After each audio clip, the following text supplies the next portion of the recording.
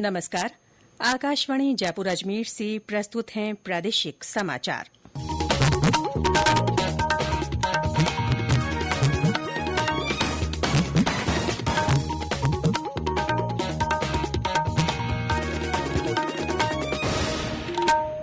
मुख्य समाचार। केंद्र ने देश में प्रसिद्ध पर्यटन स्थलों को विश्व स्तरीय बनाने के लिए 3,300 करोड़ रुपए की परियोजनाओं को मंजूरी दी। इनमें राजस्थान की 2 बड़ी परियोजनाएं शामिल। प्रधानमंत्री नरेंद्र मोदी आज भुवनेश्वर में पुलिस महानिदेशकों और पुलिस महानिरीक्षकों के अखिल भारतीय सम्मेलन में भाग लेंगे।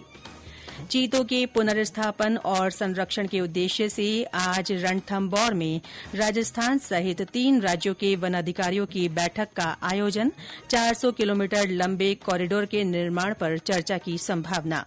और केंद्रीय जनजातीय कार्य मंत्रालय के ट्राइफेड की ओर से आज से जयपुर में आदि महोत्सव का आयोजन।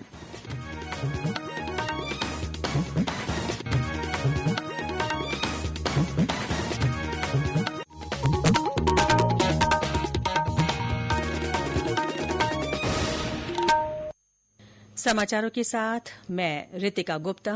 और अब समाचार विस्तार से।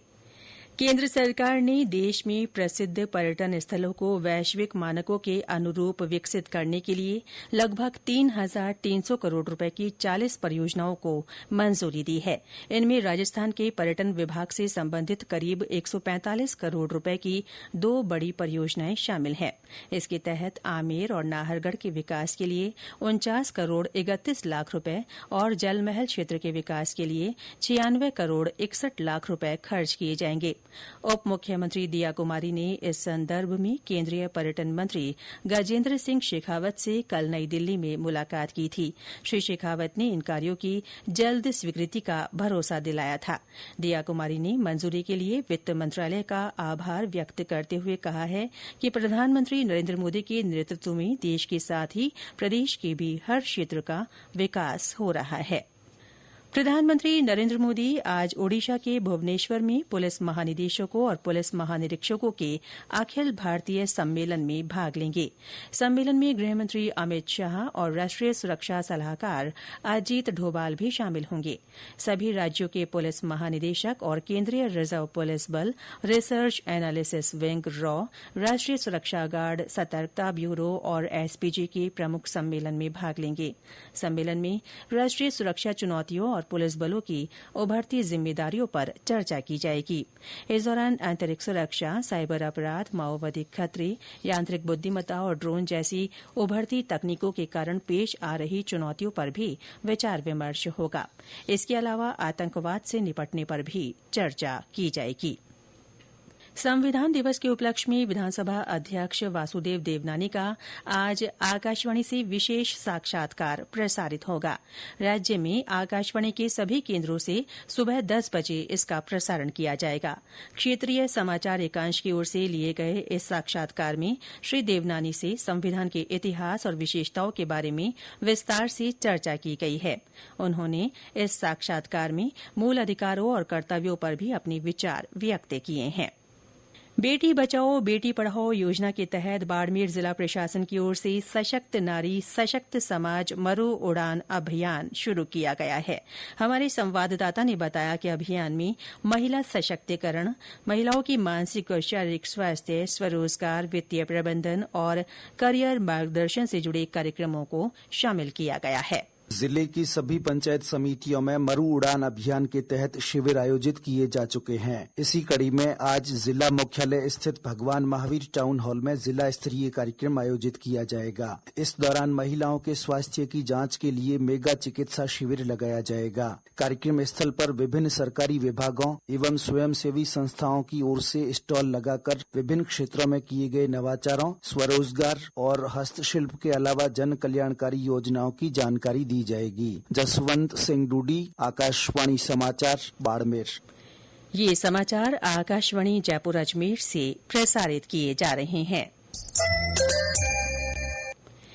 चीतों के संरक्षण और उन्हें विभिन्न स्थानों पर पुनर्स्थापित करने के लिए सरकार लगातार प्रयास कर रही है।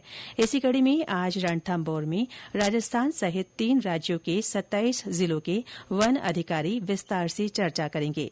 हमारे सवाईमाधोपुर संवाददाता ने बताया कि चीतों को बचाने के लिए बैठक में कई महत्वपूर्ण निर्णय लिए जाने की संभावना है। इनमें 400 किलोमीटर लंबे कॉरिडोर का निर्माण भी महत्वपूर्ण है। चीतों के संरक्षण, खुले जंगल में छोड़ने और इनकी सघन मॉनिटरिंग की विस्तार योजना पर विस्तृत चर्चा के लिए आज राजस्थान, मध्य प्रदेश सहित 3 राज्यों के 27 जिलों के वन अधिकारी और चीफ वाइल्ड लाइफ वार्डन चर्चा कर प्लान तैयार करेंगे। उप वन संरक्षक प्रथम रामानंद भाकर ने बताया कि रणथंभौर की जलवायु चीतों के अनुकूल होने से यहाँ और राज्य के अन्य स्थानों पर भी इन्हें बसाने की प्रक्रिया चल रही है। चीतों के जिलों की सीमा से बाहर निकलने, उनकी देखभाल आदि विषयों पर विस्तार से चर्चा की जाएगी। इसके चलते एक बार फिर चीते की गूंज विभिन्न स्थानों पर सुनाई देगी। सतीश वर्मा, आकाशवाणी समाचार, सवाईमाधोपुर। केंद्रीय जनजातीय कार्य मंत्रालय की ट्राइफेड की ओर से जनजातीय गौरव दिवस के उपलक्ष्य में आज से जयपुर में आदि महोत्सव का आयोजन किया जा रहा है। इस महोत्सव में देश भर के जनजातीय कारीगर और शिल्पकार अपने हस्त निर्मित उत्पादों का प्रदर्शन करेंगे। ट्राइफेड के क्षेत्रीय प्रबंधक संदीप शर्मा ने बताया कि 10 दिन के इस महोत्सव का उद्घाटन राज्यपाल हरिभाऊ किशन राव बागड़े करेंगे। उन्होंने बताया कि महोत्सव में 200 से अधिक जनजातीय कारीगरों और शिल्पकारों को अपने उत्पादों को बेचने के लिए एक सशक्त मंच मिलेगा। श्री शर्मा ने बताया कि इस महोत्सव के आयोजन का उद्देश्य जनजाति समुदाय का उत्थान करना है।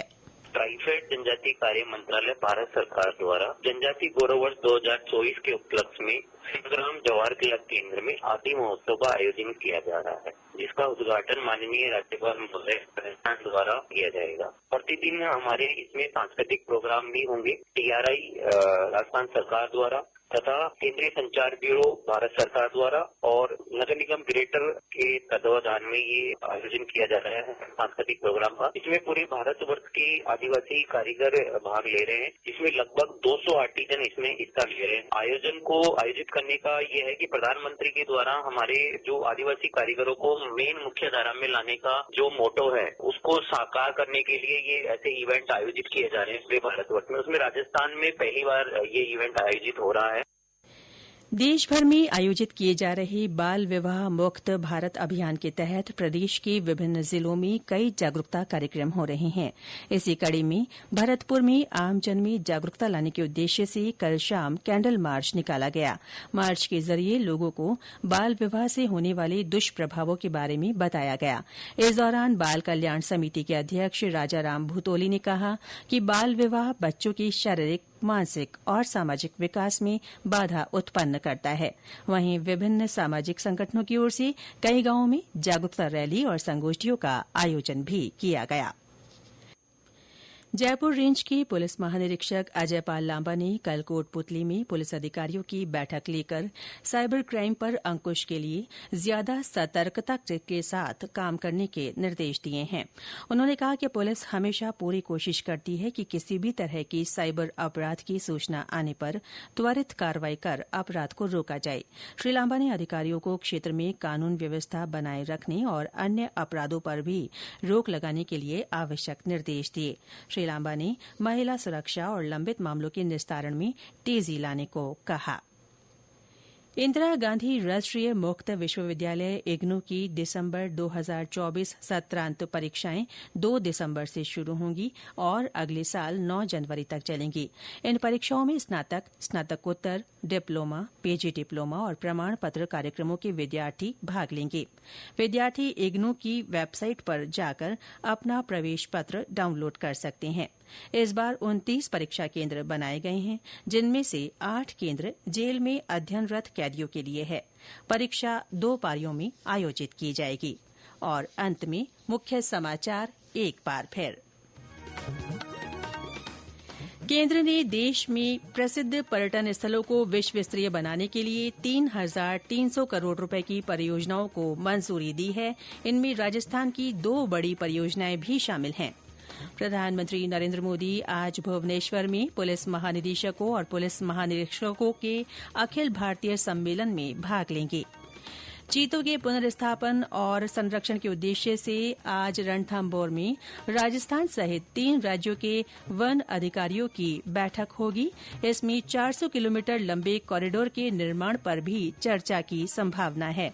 और केंद्रीय जनजातीय कार्य मंत्रालय की ट्राइफेड की ओर से आज से जयपुर में आदि महोत्सव का आयोजन हो रहा है। इसके साथ ही प्रादेशिक समाचार बुलेटिन समाप्त हुआ। नमस्कार।